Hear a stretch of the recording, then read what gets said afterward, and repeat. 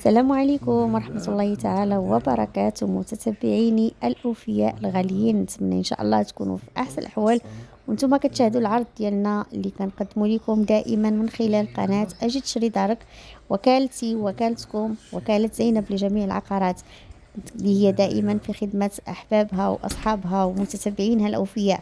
نتمنى إن شاء الله تكون كنغطي لكم ولو جزء بسيط من المتطلبات ديالكم. اليوم العرض ديالنا كيف ما كتشوفوا معايا أحبابي وأصدقائي هو عبارة عن شقة كتواجد في أقواس قنيطرة حدا البنك الشعبي، قريبة لجميع المواصلات وجميع الاحتياجات اللي كنحتاجوها في الحياة اليومية ديالنا. كما عودتكم دائما، المعلومات ديال هذا لابارتمون هذه غنخليها لكم في صندوق الوصف. يعني ما ترددوش انكم تواصلوا معنا في الرقم اللي كنخلي لكم، تواصلوا معايا باغ واتساب او لا في اتصال.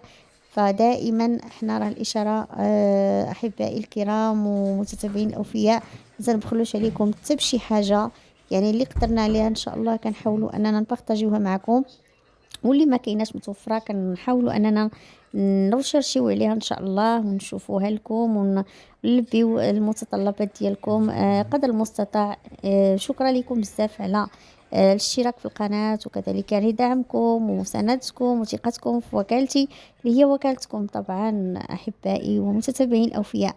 بالنسبة واحد المسألة أخرى، يعني اسمحوا لي بزاف أنني ما كنبارطاجيش معكم لي فيديو بزاف في قناتي على اليوتيوب اللي هي قناة أجي تشري دارك، لان ظروف ما كتسمحش انني نبقى كل مره نبارطاجي. ولكن قناتي على تيك توك هي بنفس الاسم اجي تشري دارك، راه كاينه. يعني حاولوا تتواصلوا او لا وكاله زينب لجميع العقارات على التيك توك. يعني دخلوا عندنا ان شاء الله في تيك توك، وان شاء الله نبقاو على تواصل دائم دائم باذن الله تعالى وبركاته. تحياتي لكم، وما تمشيو فين، تابعونا دائما، وما تنساوش اشتراكات، وكذلك يعني بارطاج القناه باش دائما يوصلكم الجديد ديالنا. شكرا لكم، نتلاقاو في فيديو جديد.